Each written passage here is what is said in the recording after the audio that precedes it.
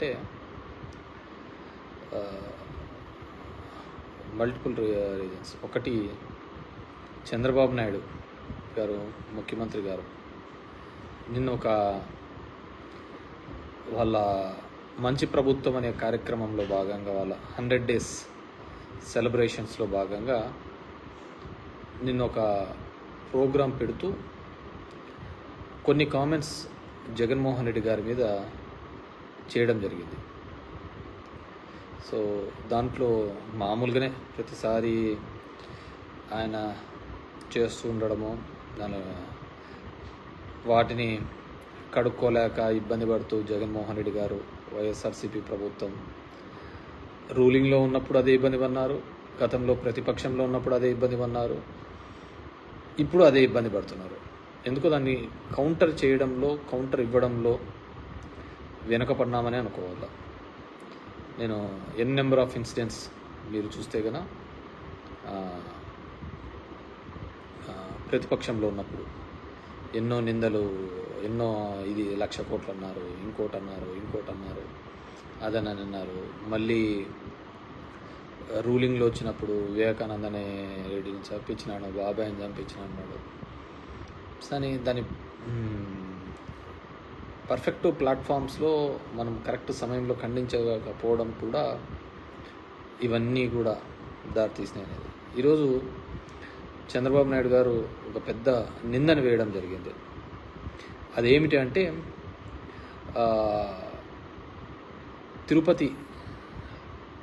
తిరుమల దేవస్థాన పరిధిలో ఉన్న వెంకటేశ్వర స్వామి కలియుగ వైకుంఠం వెంకటేశ్వర స్వామి సన్నిధిలో తయారవుతున్నట్టే ప్రసాదము మాంసపు కొవ్వు ఉత్పత్తుల నుంచి వచ్చిన నూనె ద్వారా దాంట్లో కలుపుతున్నారు అనేది ఆయన మోపిన అభియోగం.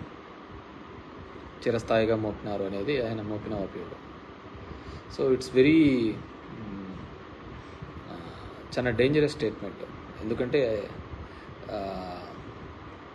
గవర్నమెంట్లో ఉన్నటువంటి ముఖ్యమంత్రి స్థాయి వ్యక్తి ఆ విధమైన మాట్లాడినాడు. సరే, అతను నిజం మాట్లాడుతున్నాడా, అబద్ధం మాట్లాడుతున్నాడని ఈ ఒక్క దాంతోనే తెలిసిపోతుంది. గతంలో అతను చేసిన నిందలు, అపవాదులు అవన్నీ కూడా నిజమా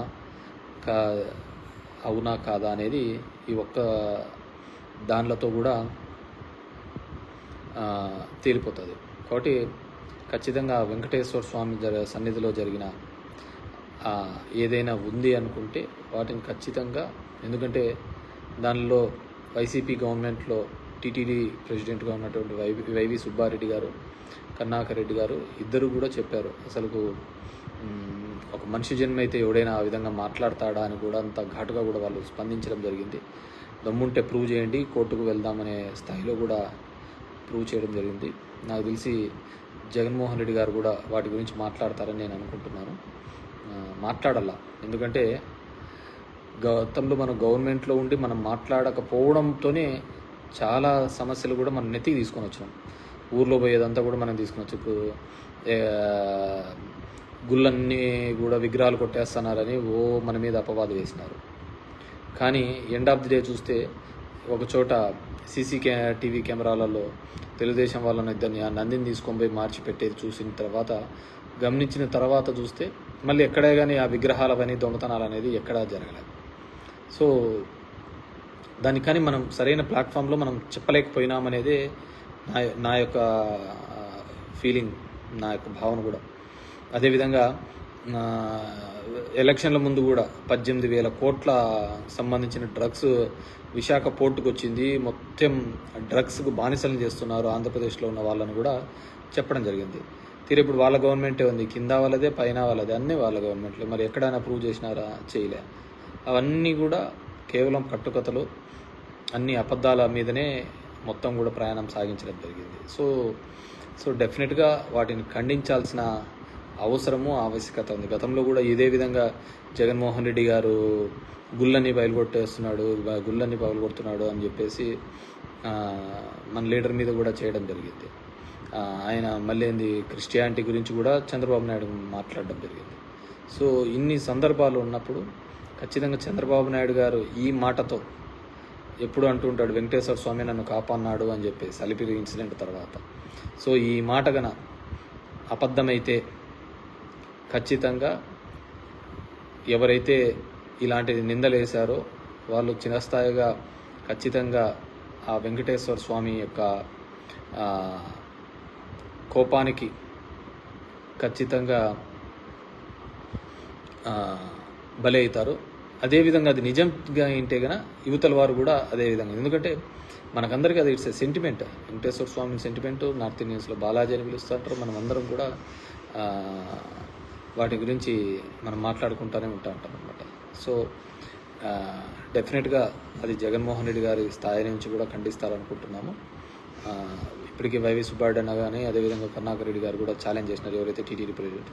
అండ్ దీనికి సంబంధించి టీటీడీ ఈఓ శ్యామరావు గారు కూడా ముందుకు వచ్చి చెప్తే ఇంకా బాగుంటుందని నేను అనుకుంటున్నాను. సో డెఫినెట్గా వాళ్ళు ముందుకు వస్తారని చెప్పేసి నేను భావిస్తున్నాను. ఎందుకంటే బతుకంతా కూడా వైసీపీ పార్టీది, పాపం జగన్మోహన్ రెడ్డిది నిందలు భరించడమే సరిపోయింది తప్ప ఏ రోజు కూడా నాకు తెలిసిన జగన్మోహన్ రెడ్డి అయితే ఎటువంటి ఈ తప్పిదాలు, ఇంత ఘోరమైన తప్పిదాలు అయితే చేయలేదని నేను అనుకుంటున్నాను. సో అంత దరిద్రమైన కామెంట్స్ చంద్రబాబు నాయుడు చేసినారు. ఒకవేళ ఆయనకు ముఖ్యమంత్రి స్థాయిలో కామెంట్ చేసినారంటే ఆయనకు ఏదో ఇన్పుట్స్ ఉంటాయి. సో ఆ కామెంట్ చేశాడు అంటే ఖచ్చితంగా ఆయన ప్రూవ్ చేయాల్సిన బాధ్యత ఆయన మీద ఉంది. గవర్నమెంట్లో ఎన్ని ఇన్స్టిట్యూట్లలో పెడతాడో, ఏ విధంగా పెడతాడో, మొత్తం విజిలెన్స్ రిపోర్ట్స్ కానీ, సిబిఐ ఎంక్వైరీ కానీ, ఎన్ని రిపోర్ట్స్ ఎవరైతే ఇన్వెస్టిగేషన్ ఏజెన్సీస్ ఉన్నారో అందరితో కూడా ఎంక్వైరీ చేయించాల్సిన బాధ్యత చంద్రబాబు నాయుడు గారి మీద ఉండదు. లేదు ఇదేదో నేను గాలి మాటల కోసం చెప్తున్నాను, ఇంతకుముందు జగన్మోహన్ రెడ్డి మీద చెప్పిన గాలి మాటల్లాగానే ఇది ఒక గాలి మాటల్లాగానే మిగిలిపోతుందా అనేది కూడా మనం అందరం కూడా వెయిట్ చేసి చూద్దాము. సో డెఫినెట్గా అదొకటి. అండ్ రెండోది